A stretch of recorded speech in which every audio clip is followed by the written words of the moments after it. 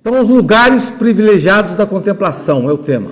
Página 207. E o Sibelius, como bom didático, né, ele vai colocar os lugares e vai escolher os livros ou ensaios. Por exemplo, eu não tinha tido tanto contato com esse livro.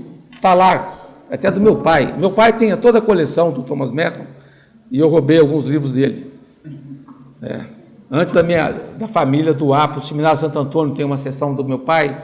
A universidade aqui tem uma seção de livros do meu pai, tem uma biblioteca enorme, né? Esse livro é um livro muito interessante, e aqui fala sobre o misticismo oriental, do cristianismo oriental, o exicasmo, que o Merton vai falar também, né? Os místicos russos, do Monte Sinai, Monte Athos, que nem podia entrar mulher. Então, são coisas muito que a Adriana, me orientando, está trabalhando por causa do autor, que é o Jean-Yves Leloup, que mexe com essa temática, mas essa temática é uma temática extremamente estranha, a ciência da religião. Eu nunca vi falar, ninguém no Brasil tenha estudado esses temas, né? Do misticismo oriental, do cristianismo oriental. Tem os grandes teólogos e os grandes místicos, né?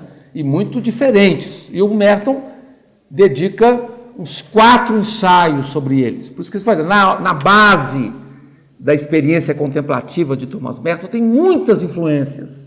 Tem o Zen budismo, mas tem o monaquismo dos padres do deserto, tem o monaquismo do ortodoxo, então ele tem um sufismo, então por isso que ele tem essa coisa, tem o taoísmo, né?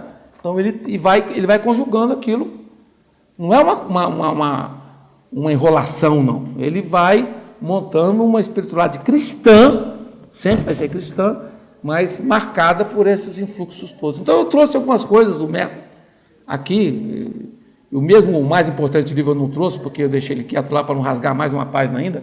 Se precisar, eu peço alguém para emprestar, mas é para trazer um pouco, ao menos chamar a atenção para vocês, né, desses temas que o Sibelius, muito felizmente, ele assinalou. Não deu para desenvolver muito, mas assinalou. Chama Questões Abertas. Então, são 4 temas que entram na discussão.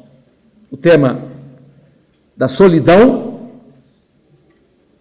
primeiro tema, e aí o Sibelius vai tentar elencar quais ensaios do Merton onde ele desenvolve a solidão. No Diário Íntimo ele fala muito de solidão. Reflexões do Espectador Ocupado também ele fala muito de solidão. São temas, sobretudo dos momentos em que ele vive como eremita. O tema da solidão é quente por eremita. Você está sozinho mesmo, né? Depois do tema do silêncio, que é um tema importantíssimo para a mística e para a literatura. Então, a literatura, silêncio é fundamental, né? Depois, oração, que aliás é um tema muito importante da mística judaica, e o 4º tema, desprendimento. É claro que eu me empolguei mais nos 2 primeiros aqui, mas ao menos vou dar umas dicas dos outros 2 últimos também. Desprendimento é um tema que está sempre nos meus cursos, né? Mas é um tema mais de mestre Eckhart, que é o tema do 2º semestre. Desprendimento, despojamento, Rumi também muito, né? Bom, aí 3.1. Aliás, o Sibelius faz menção a isso, né? Toda a dinâmica espiritual é marcada pela lógica do coração. É expansão e retraimento. Expansão e retraimento. Só que esse momento do curso aqui é o retraimento. Solidão, silêncio, é tudo momento da retração. E que envolve depois expansão, essa dialética do coração. Coração é o órgão por excelência da mística, né? O órgão por excelência da mística é o coração. Está sempre captando e retraindo, expandindo, até que para, aí você vê a glória, né? 3.1, solidão, que o Sibelius deu o título Na Liberdade da Solidão, que é o título do livro, esse aqui, que é um belíssimo livro, curto, né? São 80 e poucas páginas. Depois eu fui me arrependendo, eu fui dando tanta leitura para vocês, mas se eu fosse fazer de novo o curso, eu daria outras leituras, porque são coisas pequenas, né? Mas de muita densidade, como esse livro aqui, de uma rica, publicado pela Vozes, né? A tradução pela Vozes de 2001. Esse é um livro na liberdade da solidão, que é o título do 3.1, né?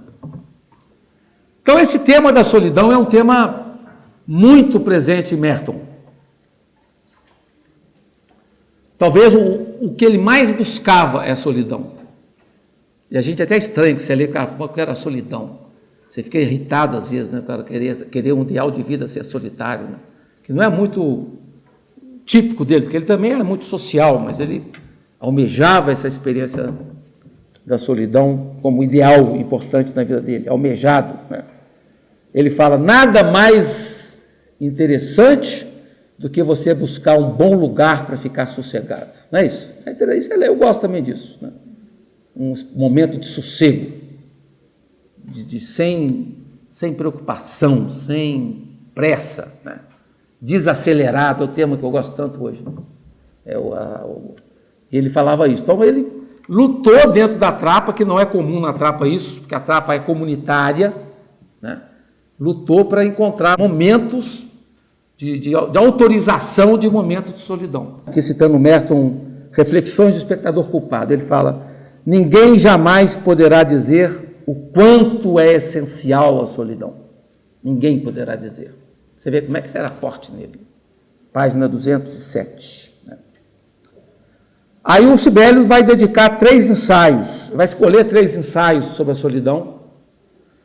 Um deles está aqui na parte 2 do livro Na Liberdade da Solidão, de 56. O Amor à Solidão, está aqui. É a parte final, tá? Parte 2. Depois, Amor e Solidão, segundo ensaio presente no livro Amor e Vida, que é esse livro aqui.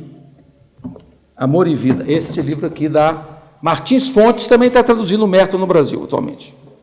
Martins Fontes, Amor e Vida, tem um artigo chamado Amor e Solidão, que era um prefácio de Thomas Merton à edição japonesa desse livro aqui. Ou seja, para trabalhar o tema da solidão, o Sibelius escolheu ensaios de Merton que falam sobre a solidão. O primeiro é Notas para uma Filosofia da Solidão, de 60.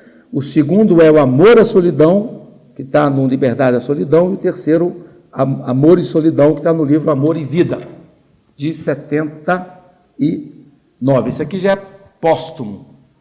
Esse é livro póstumo. Eles recolheram artigos do Merton e publicaram depois, né? Bom, não vou entrar em detalhes sobre os ensaios, mas vou pegar alguns pontos fundamentais que estão nesses ensaios, tá? Primeiro, diz o Merton, a solidão envolve um clima espiritual. Solidão envolve uma atmosfera.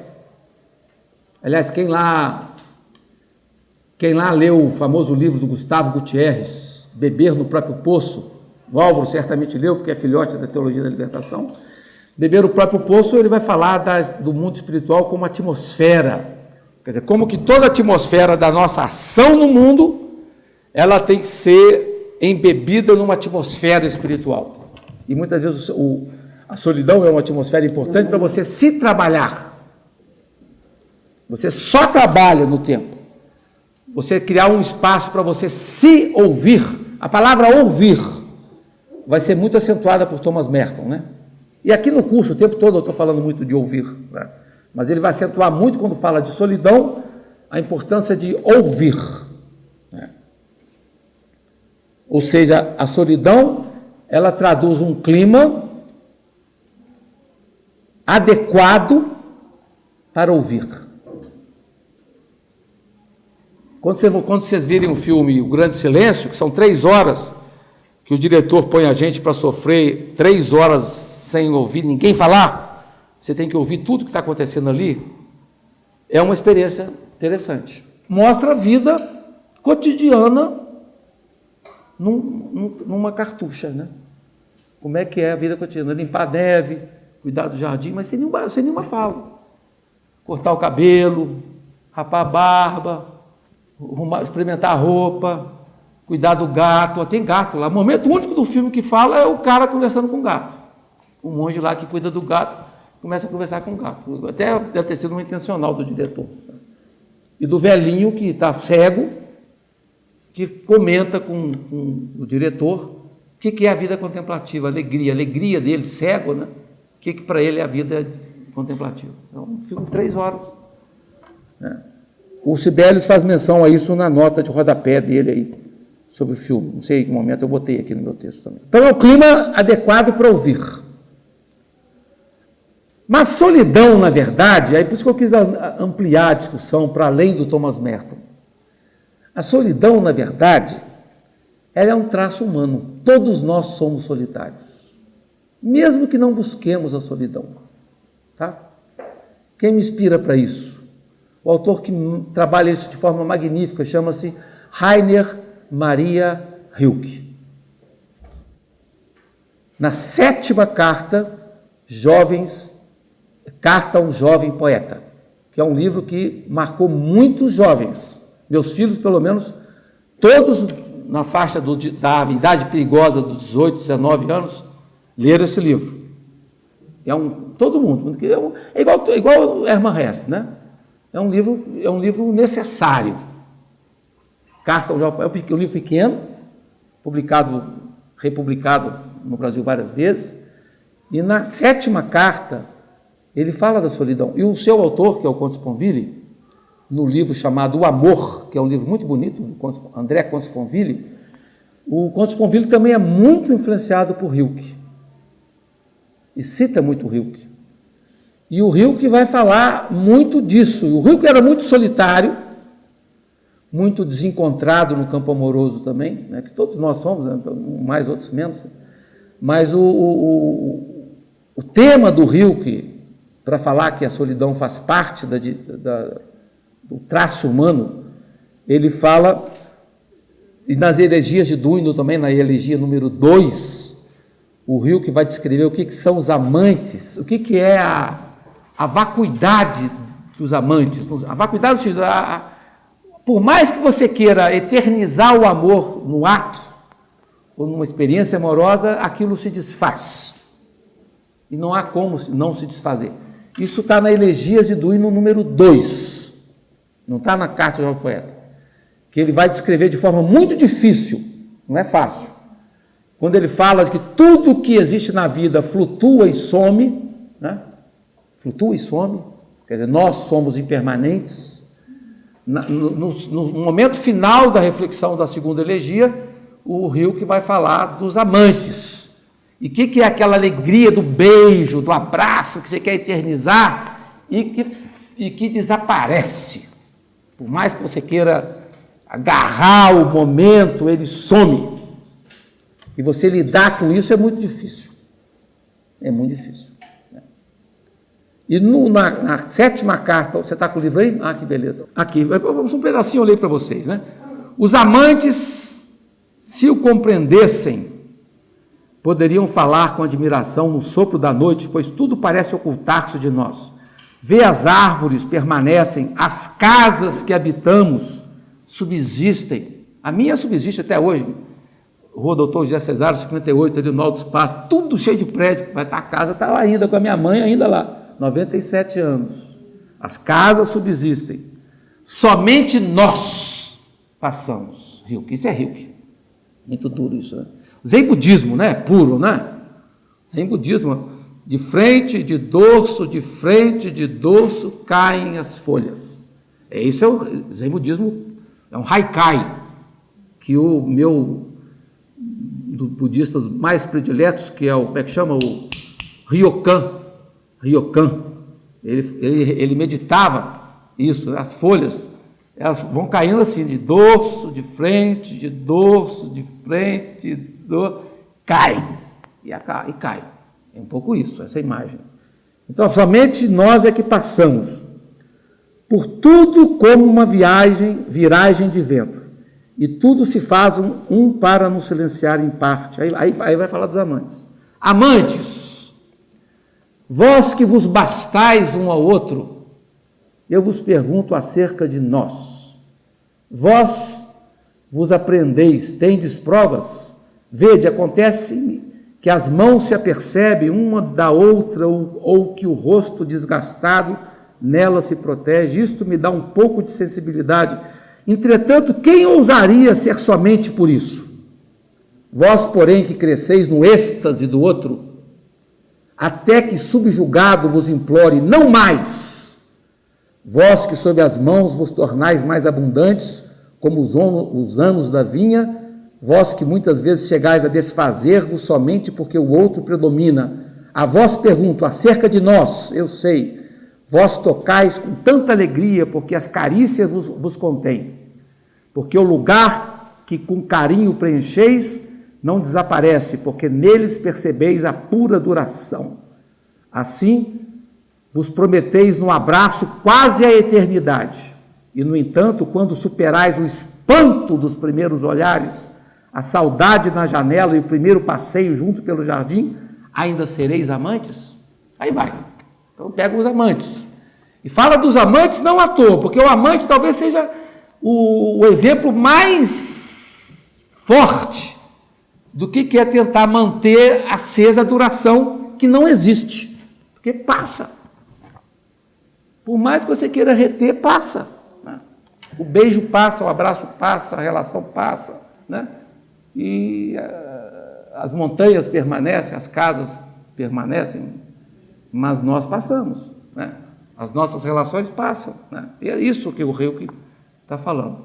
Mas na carta a um jovem poeta, no comentário que o André Conte Sponville faz, ele diz o seguinte, comentando, mas citando, eu não consegui achar essa citação literal na tradução que eu tenho do Carta ao Jovem Poeta, que é a seguinte: a experiência do casal é a solidão. Quer dizer, a experiência do humano é a solidão, a experiência do casal é a solidão. E o que é o casal, diz Rilke? É o encontro de duas solidões. Duas solidões que se protegem mutuamente, que se completam, limitando-se, inclinando-se uma diante da outra. Então, é muito duro você lidar com essa discussão, com essa reflexão, mas que no fundo é a discussão da impermanência. E por isso que quando o budismo Zen fala que o apego produz felicidade, tem razão, né? O apego, mesmo apego, qualquer apego, mesmo afetivo, apego existencial, tudo mais, né? E o Rilke bate nessa, como o Bergman, né? No cinema, né? Bate nessa, como também o Antonioni no cinema, os filmes de Antonioni, da incomunicabilidade, ou então o filme mais forte ainda, Paris, Texas, do Wim Wenders, com aquela artista mais linda de todos os tempos, a Natasha Kinski, né? A solidão, a incomunicação, quando ela e o ex-marido se encontram na tela de vidro conversando, né? Ou quando ela assiste como é que chama o filme antigo? Cinema, Super 8, vendo a mãe, a Natasha Kinski, brincando com a filha e ele na praia, quando eles eram felizes, né? Quer dizer, somos solidões, né? O filme todo é viagem na solidão, o Paris, Texas. Uma pena que o Wim Wenders depois se acabou, né? Terminou com Asas do Desejo, nunca mais voltou a ser o que ele era, né? O grande cineasta que para mim sempre foi o Wim Wenders, né? O Antonioni também, vocês não sei se já assistiram os filmes do Antonioni italiano, francês, né? Antonioni falando sobre a incomunicabilidade, né? A incapacidade de comunicação. Bom, isso tudo é nota de rodapé para falar da solidão, né? Que o Merton coloca, né? Para dizer o quê? Que é um traço humano, né? E saber lidar com... É por isso que o Merton fala, não nos livros que vocês leram recentes, vocês vão ler talvez para as aulas próximas, no Merton na intimidade, o Merton vai falar: a solidão arranca todas as máscaras e todos os disfarces. Por isso que ninguém quer viver a solidão.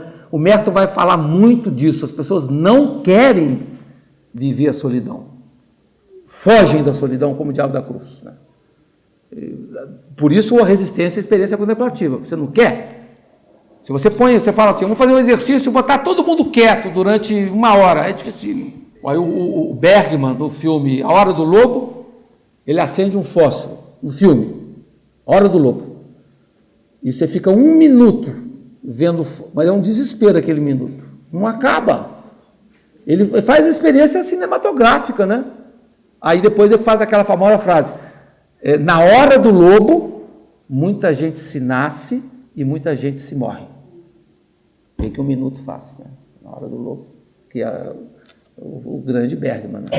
Então ele acende o fósforo, fica 1 minuto o fósforo aceso.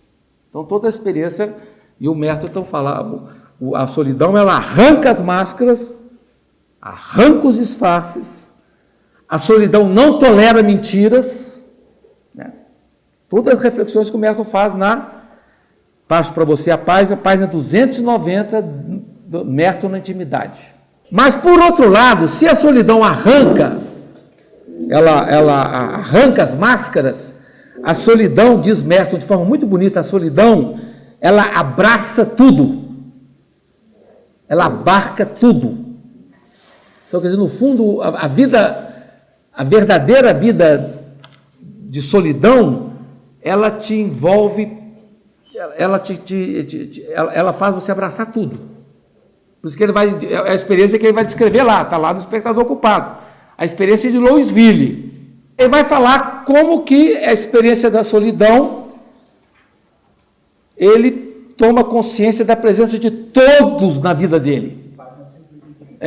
Está ali. Então, mas tem uma frasezinha aí, chave, que depois vai aparecer aqui no meu texto, né? Onde ele vai falar, eu descobri que eu não me pertenço na minha solidão. Eu tenho que trazer todos para a minha solidão. O que o Carlos Mestres vai dizer também, eu acho que eu já falei aqui sobre isso. Nos 6 dias dos porões da humanidade, ele fala assim, você nunca entre sozinho na sua solidão. Você leve sempre com você o seu povo, né? As dores da terra, as dores da espécie, a dor dos irmãos, né? Então é um pouco isso. Então o Merton nunca foi... Por isso que a gente fala a expressão solidão sonora do João da Cruz. A solidão sonora é a solidão que envolve, é uma solidão que acolhe, é uma solidão que hospeda, né? A diferença, né? E aqui ele vai falar uma coisa bonita do amor à vida, né? Aqui, nesse livro, que é o prefácio, o ensaio, que é o prefácio japonês desse aqui, que chama-se Amor e Solidão. Quer dizer, no prefácio do livro, na Liberdade da Solidão, o que o Thomas Merton coloca? Até frisei aqui, marquei, né? Começa falando, logo no começo, abre o texto, ele fala assim, nenhum escrito sobre as dimensões da solidão, de meditação da vida, pode dizer algo que já não tenha sido dito pelo vento nos pinheiros. Esse é o Merton. Quer dizer, nenhum escrito sobre as dimensões da solidão pode dizer algo que já não tenha sido dito pelo vento nos pinheiros. Então, quando ele vai para o eremitério e começa a ser envolvido pelo vento nos pinheiros, ele fala assim é que eu rezo. A minha oração não é lá, triste, no meio dos frades, lá na trapa, é com as águas. Isso é o Merton. Isso é o que é a natureza, que foi o tema da aula passada, né? O lugar da natureza. Então, quando ele diz lá, abrindo o texto da solidão, que nenhum escrito sobre as dimensões da solidão consegue dizer mais do que o vento dos pinheiros, a gente já começa a entender o que significou solidão para Thomas Merton. Você poder ouvir o vento dos pinheiros. É o que o diretor do Grande Silêncio faz. Ele põe a gente para ouvir o vento dos pinheiros. Tem um momento do filme que o vento, a água correndo, é o barulho de não sei o quê. Então, essa experiência do real, que eu chamo, né? Experiência do cotidiano, que está lá colocado. E eu acho isso muito bonito nos textos do Merton, quando ele vai...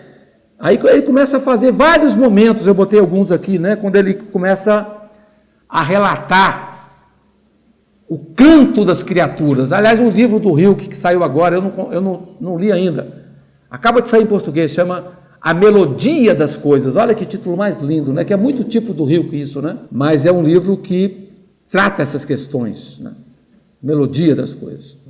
E o Rilke e o Merton tem várias orações salpicadas nos diários dele, aqui tem outro, onde ele fala do canto das criaturas, como São Francisco, né? Eu cito uma aqui, tá? Liberdade da Solidão, página 78, Reflexões do Espectador Culpado, página 205, né? Onde ele fala: Tu, meu Senhor, és amado e louvado, as árvores te amam, os lírios e flores do campo te proclamam, as nuvens escuras atravessam vagarosamente o céu pensando em ti. E vai, tem muito disso no Merton, que a gente vê também, por exemplo, nos Salmos, né? O livro de Daniel, as nuvens te louvam, as águas te louvam, as montanhas te louvam, os campos te louvam, um pouco essa. Se tudo isso louva, se você tem acesso a essa realidade, você tem acesso ao mistério, né? Quer dizer, o mistério está presente nos seus rastros, no mundo natural. Então, um pouco essa imagem que vai aparecer salpicado nos textos do Thomas Merton sobre a realidade da natureza, né? Então, Merton teve essa disposição para a solidão sempre e conseguiu, com a sua estratégia de um monge conhecido, que conseguiu algumas liberdades que outros trapistas não conseguiram, de escrever, de continuar publicando poesias, que não é possível isso na trapa, né?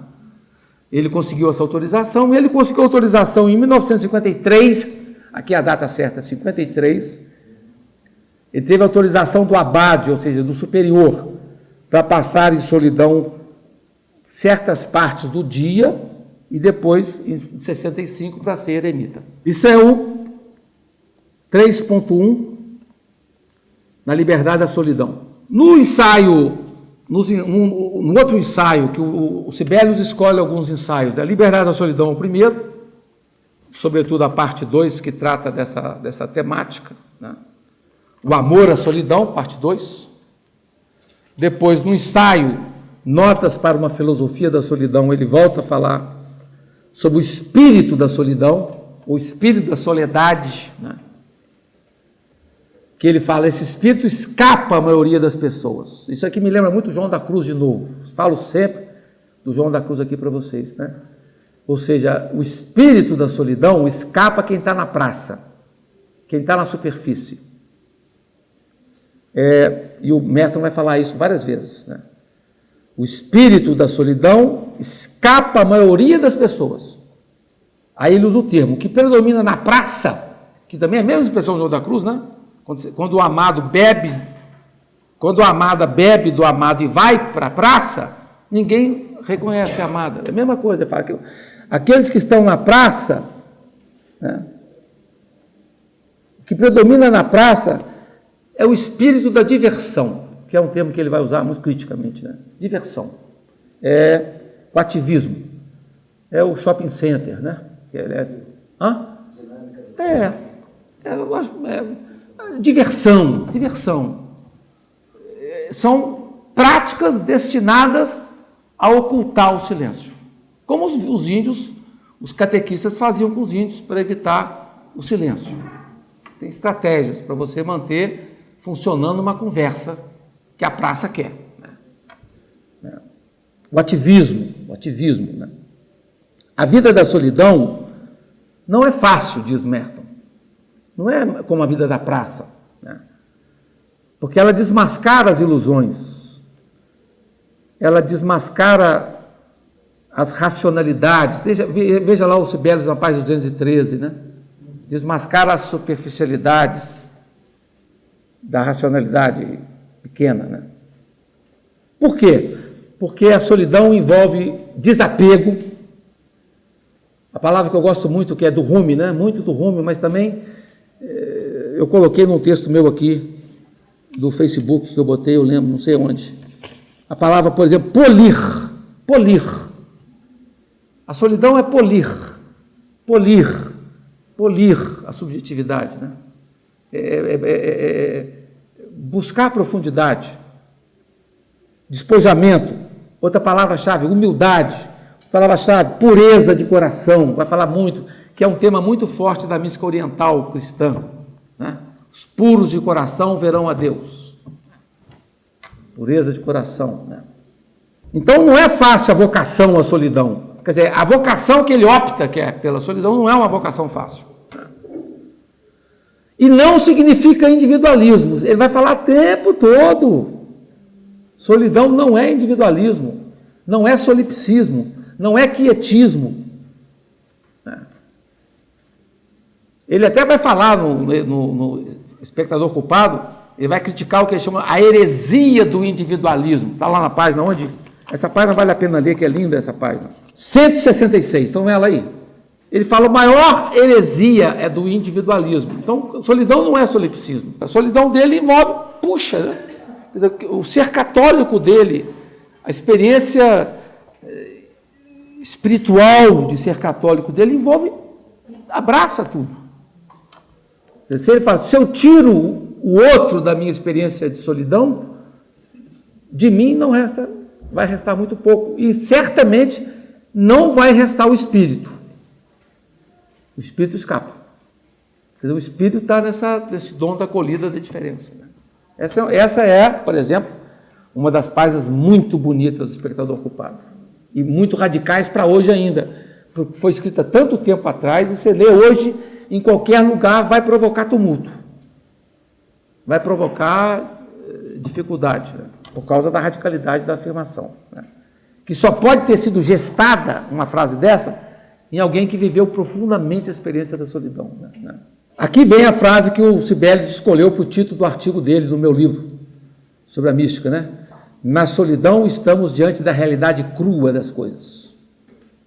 Estamos diante da realidade crua das coisas. Você está diante da densidade estrutural da realidade. Diante da realidade crua das coisas, Liberdade da Solidão, página 68, onde ele fala isso. Né? E a vida solitária varre também a cortina de fumaça composta das nossas palavras fúteis, né? Ou palavras vãs, né? Como diz aquela famosa frase francesa, né? Si tes mots ne valent pas plus que ton silence, tais-toi. Se tuas palavras não valem mais que teu silêncio, cala-te. Ou como fala Wittgenstein, né? Daquilo que não se pode falar, deve-se calar. Então, no fundo, a relação dialética entre palavras e silêncio. E como que as palavras que nascem de uma experiência de silêncio são muito densas. Por isso que é difícil ler os místicos, né? Entender um Rumi, um Al-Halaj, Ibn Arabi, porque são palavras tecidas pelo silêncio, né? De muita força. Né? Peguei uma coisa aqui, para ajudar a entender essa questão, sobre a importância do silêncio. Usei até um outro termo aqui que o Merton não usa. A importância da quietação. Aquietar-se. Né? E aqui, quem me ajudou muito, eu trouxe até o livro, que é um livro precioso. Não acha esse livro, porque é uma conferência que o Moltmann deu, eu cito ele muito, na Itália, pequena, né? Que depois ele publicou num livro de biografia dele chamado Vasto Espaço. E trabalha muito Bíblia, né? E trabalha muito com a ideia de sábado, na tradição bíblica, né? Que é o dia da quietação, né? É o dia do não trabalho, é o dia do descanso. Então, há muita reflexão na teologia feita sobre isso, muito bonita sobre essa questão. Então você tem uma base teológica para mostrar como é importante. O meu orientador de mestrado, Libânio, ele falava muito isso para nós que estavam fazendo mestrado na época. Eu falo muito com meus orientandos também, né? Você tem que ter momentos de quietação da tese ou da dissertação. Largar, fazer outra coisa, aquietar-se. Porque isso é um silêncio criativo. Que você sai de uma rotina para poder estar à toa, no sentido de quê? De estar, né? Poder estar... O Moltmann vai falar muito bem sobre isso, onde está aqui, né? Ele vai falar... a verdadeira força está na quietação. Não é sem motivo, diz ele, que a Bíblia nos ensina a observar o sábado, o repouso do sétimo dia.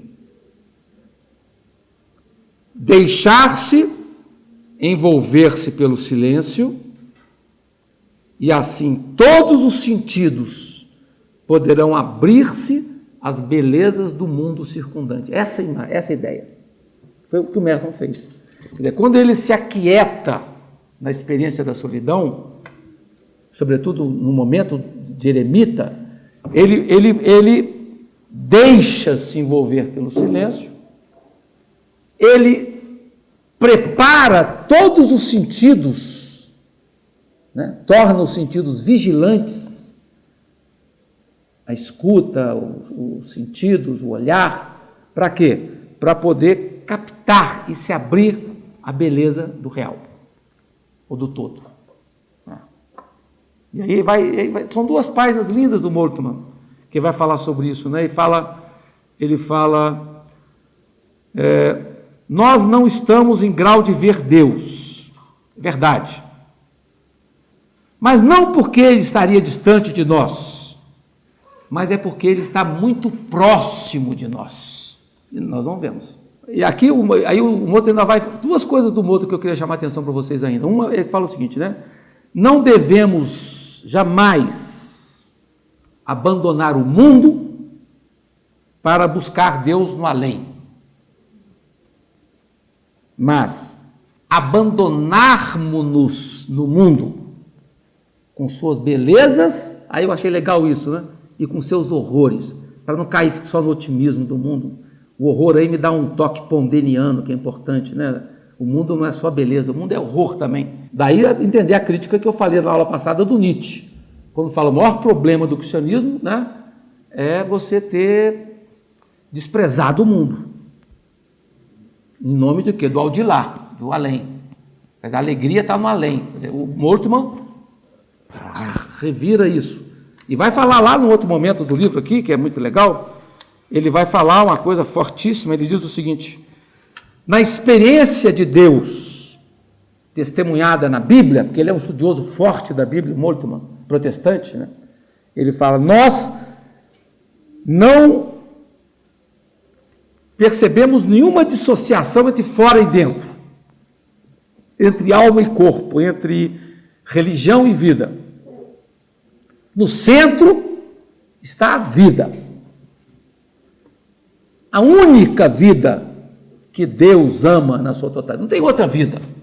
Para além, entende? O aldilar. A única vida que existe é essa vida. Essa vida que nós temos que nos abandonar, com suas belezas e seus horrores.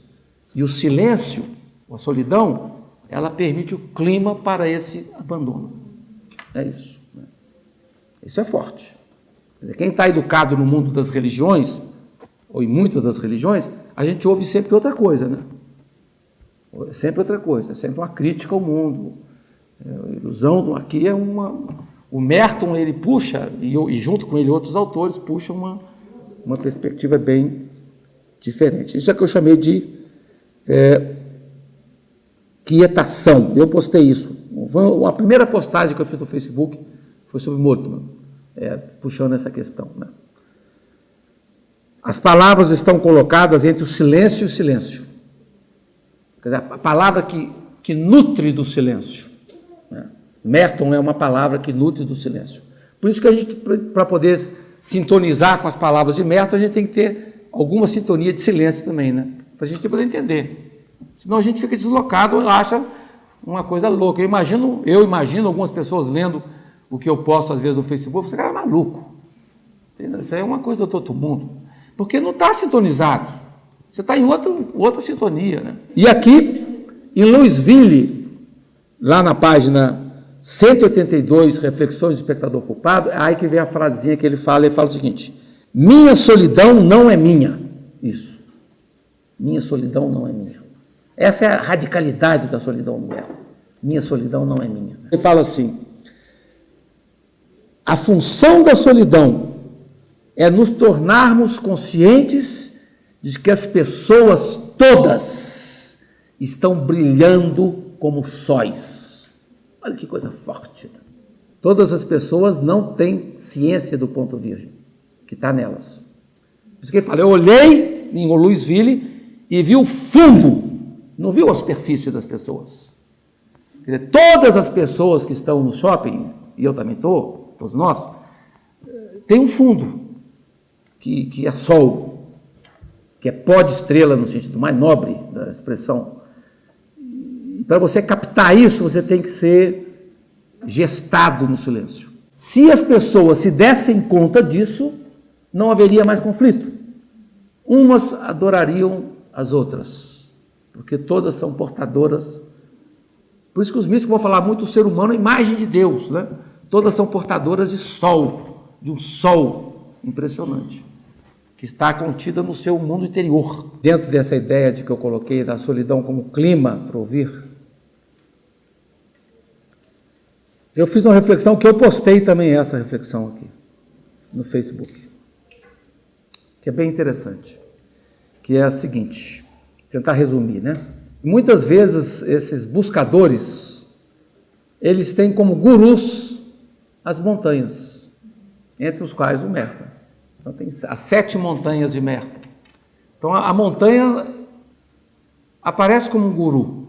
E dentre outros gurus de Merton, tanto que ele fala assim, se você quiser entender de contemplação, você tem que ouvir o vento dos pinheiros, né? Coisa diferente, né? Que a gente não está acostumado a ouvir, né? Entre os gurus reconhecidos de Merton, o campo, a árvore, o vento, todos os detalhes do caminho. E hoje nós falávamos aqui um pouco, né? Ele está atento aos detalhes do caminho. E quando ele falou lá nesse outro ensaio, que o vento nos pinheiros guarda o segredo mais essencial do universo da meditação, eu fui pesquisar sobre isso. Assim, fui meditar, e uma coisa que eu volto a falar muito nos meus cursos de mística aqui, que é o Cântico dos Cânticos. De novo a raiz do Cântico dos Cânticos. Porque no Cântico dos Cânticos, aqui eu voltei, está lá no Cântico dos Cânticos, 7, capítulo 7, nos versículos 12 e 13. O que acontece ali? Olha que curioso. Acho que eu já falei aqui. Se falei, falo de novo, não tem problema.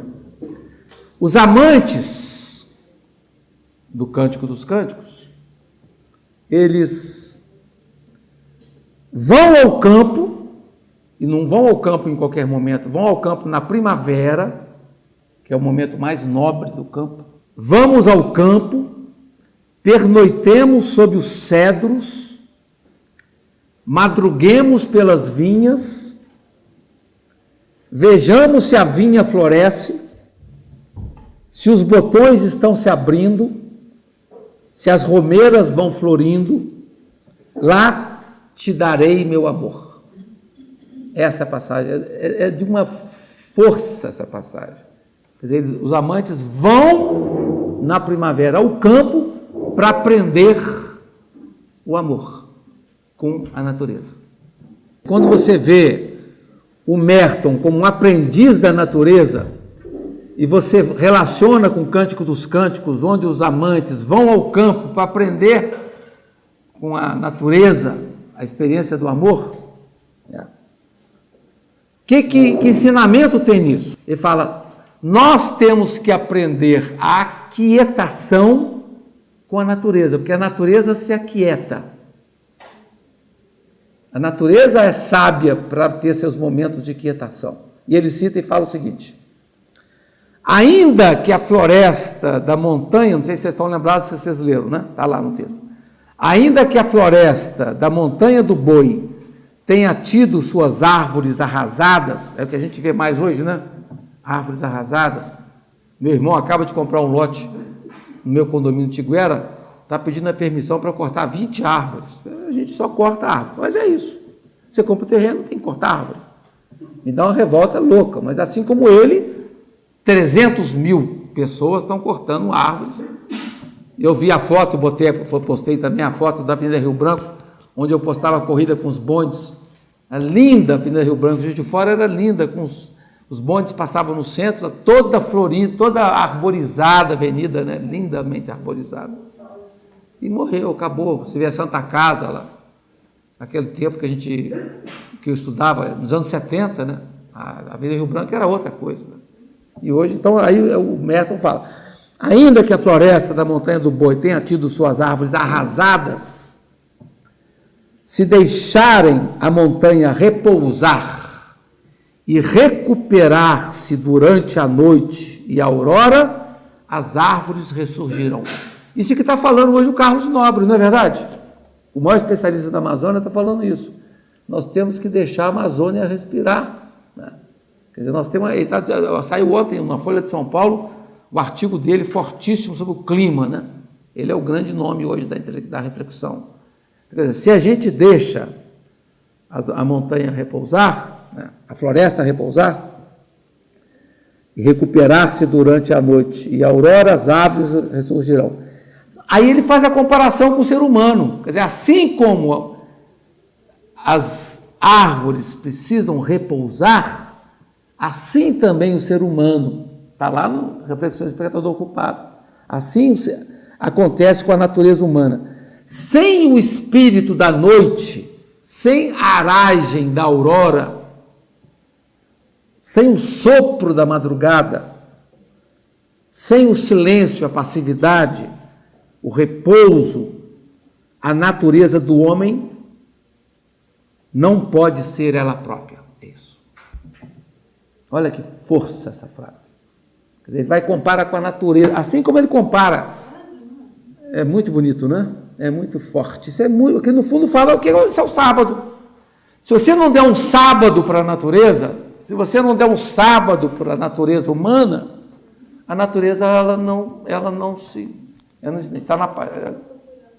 Eu não trouxe meu livro, eu não botei a página, tá? Mas está no Face meu, tá? Isso eu botei. Mas eu vou repetir aqui. Eu fiz uma montagem, né? Ainda que a floresta da Montanha do Boi tenha tido suas árvores arrasadas, se deixarem a montanha repousar e recuperar-se durante a noite, eu quero frisar muito essa ideia, recuperar-se durante a noite, porque é no momento da quietação que você recupera, que você se recupera. Você está na atividade, você está na função, está no dia a dia, está no trabalho, momento que você pausa, que você para, que não são só nós que paramos, né? Que a natureza para, é sábia, ela para respirar e para renascer, né? Assim como acontece com a Montanha do Boi, se deixarem a montanha repousar e recuperar-se durante a noite e a aurora, as árvores ressurgirão. Assim acontece com a natureza humana. Sem o espírito da noite, sem a aragem da aurora, o sopro da madrugada, silêncio, passividade, repouso, a natureza do homem não pode ser ela própria. Aí continua. Em sua nudez, não é mais natura, nada nela cresce, dela nada mais cresce. Ou seja, se nós não garantirmos espaços assegurados, especiais, para o repouso da natureza humana, nela nada cresce. Olha que coisa forte. Né? Então ele faz uma comparação da natureza com o ser humano. De novo aí. Então, 158, aí, Carol. Tá? 158. Só que não está colado. Ele faz, estica e depois lá no final ele põe a natureza humana, não é? Lá embaixo. É isso aí. É essa emenda que vocês têm que fazer. Aí de novo. Olha que interessante, né? Essa atenção do místico, que eu quero chamar muito isso para vocês, desde o início da aula, né? Ele fala, cada vez mais, Merton, cada vez mais eu aprecio a beleza e a solenidade do caminho. Caminho, que é uma palavra tão bonita para Heidegger também, né? O caminho do campo, né? O caminho que passa pelos bosques, os estábulos, a subida pedregosa penetra no círculo dos altos carvalhos, das nogueiras esguias, dando a volta pelos pinheiros, erguendo-se até o alto da colina e o espaço plano que domina o vale.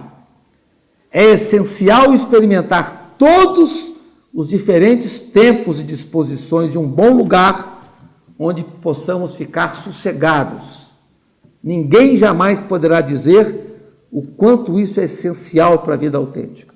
Tudo isso, porém, se perde na rotina formalista, abstrata dos exercícios religiosos em comum, debaixo de uma luz artificial fluorescente. Ele está fazendo uma crítica à trapa. Quer dizer, a experiência da solidão é muito mais radical do que se faz em comunidade debaixo de uma luz artificial. E de uma que faz debaixo de uma sala de aula também. Quer dizer, mesma coisa, que é mesmo esse projeto, né? Então, acho que esse, de novo, quero chamar a atenção para esse, quando eu falo a atenção para o que há no caminho. A mesma atenção que o Panikkar teve na viagem com Henri Lessot, indo em direção à montanha, né, ao Gange. No caso ali, era a fonte do Gange. Depois, quando ele vai para Kailasa, que é no hoje domínio chinês, né, mas que é no tibetano, né, o Kailasa, do Tibete, 6.000 metros de altura, que ele fez a última peregrinação que o Panikkar fez, foi para o Monte Kailasa, que é no Tibete, que muita gente não volta, que é perigosa essa peregrinação. Toda peregrinação é perigosa, né? É, de novo, o caminho. Você tem a natureza. Eu lembro quando eu li a primeira vez isso, eu fiquei impressionado. Essa articulação, a mesma articulação que ele faz entre o ponto virgem do interior do humano com o ponto virgem da aurora na natureza. Você capta o ponto virgem em você e você capta o ponto virgem na madrugada. Você capta. A natureza te ensina o que é o ponto virgem. Quer dizer, se você ficar atento à natureza, você sabe o que é o ponto virgem. Né? Então, quer dizer, essa solidão não é uma solidão solipsista, é uma solidão onde você capta o amor universal. Você universaliza o seu amor. Né? Você não está sozinho na sua solidão. E ele vai se dando conta cada vez mais, na medida que ele aprofunda a solidão, ele aprofunda a relação com a natureza, ele aprofunda a relação com os outros. Ele sente irmão. O homem moderno ocidental tem medo da solidão. Nós ocidentais temos medo da solidão. Mas, por outro lado, na solidão, diz o Merton, nós estamos na raiz. A solidão toca a raiz, a solidão toca a base da vida. Solo do amor. Daí quem vai relacionar a solidão com o amor também, com o exercício do amor. Né? Desaparecemos no amor a fim de sermos amor. E junto uma paixão imensa por tudo que há. Aí entra Zambrano. A Maria Zambrano, essa escritora espanhola, filósofa, uma autora fantástica para a mística também, mas sobretudo é filósofa, né? E que ela escreveu um livro chamado Alguns Lugares da Poesia, editora Trota, Madrid, e que ela fala o seguinte: a mística é um amor desaforado pelo todo. Isso é a definição de mística da Maria Zambrano, trabalhando João da Cruz. Então a mística é um amor desaforado pelo todo. E que imagem que ela usa, que é uma imagem muito comum em Santa Teresa de Ávila também. Ela vai usar a imagem da crisálida e da borboleta. Que reflexão que a Zambrano faz, que ajuda a gente a entender um pouco isso da solidão. Ela fala, eu coloquei aqui, né? O místico é alguém que atravessa o umbral da vida, como a crisálida, que se desfaz de seu casulo, onde jaz paralisada. O que é o casulo, né? Ela jaz paralisada, né? Para sair voando. Mas antes, ela se devora. Ela come a si mesma. É uma antropofagia, né? Quer dizer, ela se come, né? Ela devora o seu próprio corpo para transformar o corpo em asas. Essa é a imagem que a Zambrano fala para trabalhar a mística. Quer dizer, no fundo você tem que dar morte ao eu, né? Você se come para produzir asas e voar. Isso é a mística. Né? E sai a mesma borboleta que está lá nas moradas de Teresa de Ávila. A borboletinha, até que ela morre, né? Nasce a borboletinha, tem toda uma história da borboleta na Teresa de Ávila. Né? Então aí, a Zambrano fala, o místico é como a crisálida. Porque o místico também sai da sua solidão, que é a crisálida. Ele sai da solidão, atravessa como a crisálida o seu cárcere dos apegos, dos ensimesmamentos, dessa mônada sem janela, que você já viu como é que uma crisálida não tem janela. Rompe, e o místico ele atravessa como a crisálida o seu cárcere, rompe em voo num desaforado amor pelo todo. Por isso que quando o João da Cruz fala do amado meu bebi, você só consegue ver amor depois. Depois que você bebe o amado, esquece tudo, só vê o amor. É um pouco isso que a Maria Zambrano está falando aqui. Né? Só que ela usa esse termo mais, que eu acho fantástico, né? Desaforado amor pelo todo. Um abusado amor pelo todo. Né? Um tresloucado amor pelo todo. Né? E aí não importa se o cara é ateu ou se não é. Quer dizer, o amor pelo cosmos, você não tem filiação. Bom, então isso então é a Maria Zambrano. Né? Deixa eu ver se tem mais alguma coisa aqui, senão vou abrir o espaço. Essa aqui, talvez essa citação vale a pena eu passar para vocês, que está ligado ao livro do Eduardo Viveiro de Castro e da Débora Danovski, que é a mulher dele, a partir do silêncio. Quando eu estava refletindo no silêncio, me veio esta reflexão que é a seguinte, né? Fala da força do silêncio e da obstrução dos ruídos, que desafiam o silêncio. O silêncio das florestas, das montanhas, do mar. Os humanos, com suas máquinas poderosas, passeiam em todas as direções. Os humanos adoram máquinas, não é verdade? Desde batedeira até as máquinas, vivem das máquinas. Né? Aí vem o Merton, que coisa forte, ele fala, os humanos, com suas máquinas poderosas, passeiam por todas as direções. Isso me fez levar o Davi Copenaua, que é o Yanomami, que escreveu o livro A Queda do Céu. Ele fala que mais impressiona a nós Yanomami é ver os brancos com suas máquinas poderosas caçando petróleo, as furadeiras, né? As mineradoras. Você imagina o que significa na terra indígena, né? Você vê aquelas furadoras poderosas, alta tecnologia, né? Furando a terra, e eles não entendem isso, né? E o livro do Viveiro de Castro e da Débora, o tempo todo ironiza isso, né? E o Davi Copenaua também faz uma crítica violenta a essa correria dos humanos em busca do petróleo, e que faz em Minas Gerais, né? Você vai chegando perto de Belo Horizonte, você não vê mais morro, tudo de mineradora, caminhões, ali Congonhas do Campo, milhões de caminhões derrubando uma sede, uma fome desgraçada, tudo quanto é morro para pegar o minério de ferro. Não é isso? É assustador. É assustador. E você já vai no lugar onde tem a destruição, é impressionante. E vai tudo para a China. Né? Bom, aí vai. Aí o que o Merton falou? Ele fala o seguinte: os humanos, com suas máquinas poderosas, passeiam por todas as direções, cheios de medo de que um mundo calmo os acuse de vazios.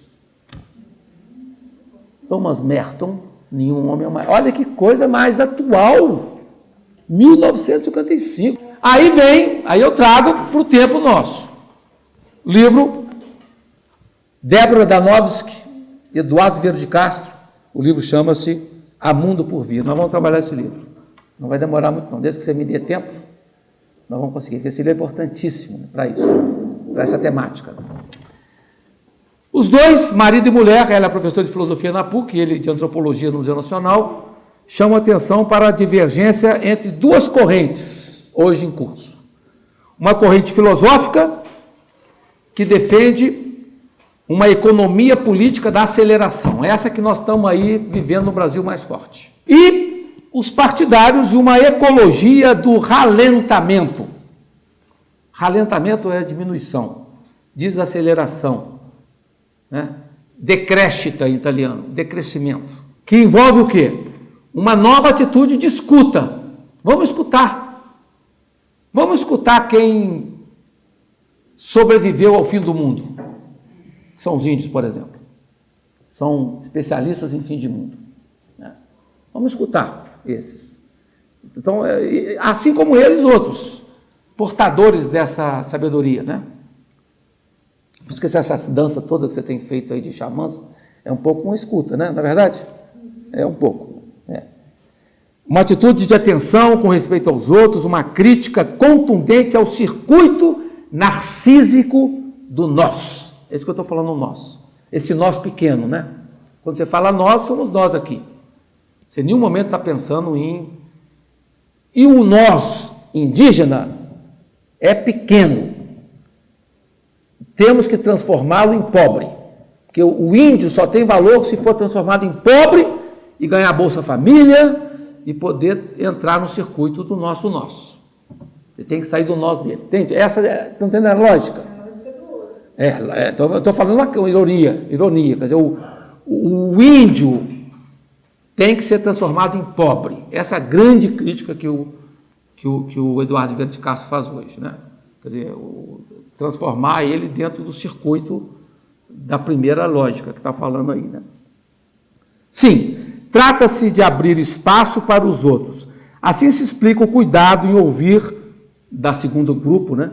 E ouvir a voz daqueles que ainda guardam consigo um mundo de gente. Que hoje nós temos uma série de circuitos de pessoas humanas sem mundo, mas perderam o mundo. E você tem um circuito de pessoas com mundo que está sendo desprezado pelos humanos. Entendeu? Quer dizer, quem está cheio de mundo está sendo desprezado. Né? E você está vivendo uma implosão de perspectivas de pessoas sem mundo. Sem mundo. É isso que eles falam. Né?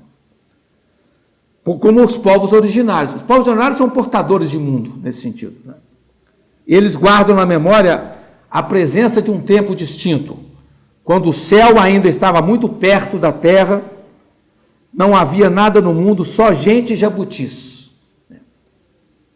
Isso até que começaram a aparecer os brancos, com seus tatus gigantes e sua sede implacável, depois apenas o barulho por toda parte, e a pressa e o mundo habitado por novas vertigens.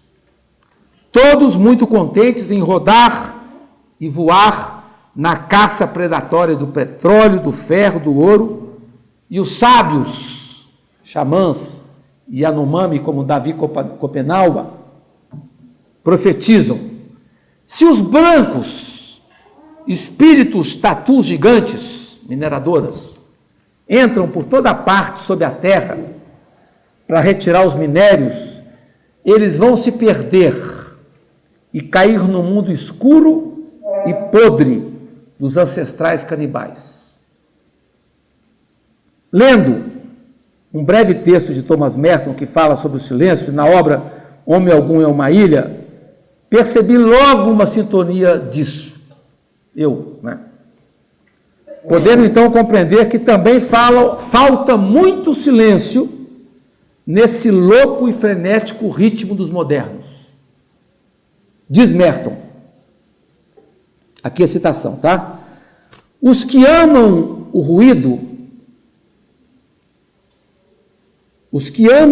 que fazem são impacientes com o resto, desafiam constantemente o silêncio das florestas. Repeti, já estou repetindo. Né? Não é aquela imagem do mundo calmo que os acuse de vazio. Então, essas articulações, eu acho que são importantes a gente fazer para poder entender essa dinâmica. Depois o Merton fala do outro eixo, solidão, silêncio, oração, que ele vai dar uma atenção muito forte, né?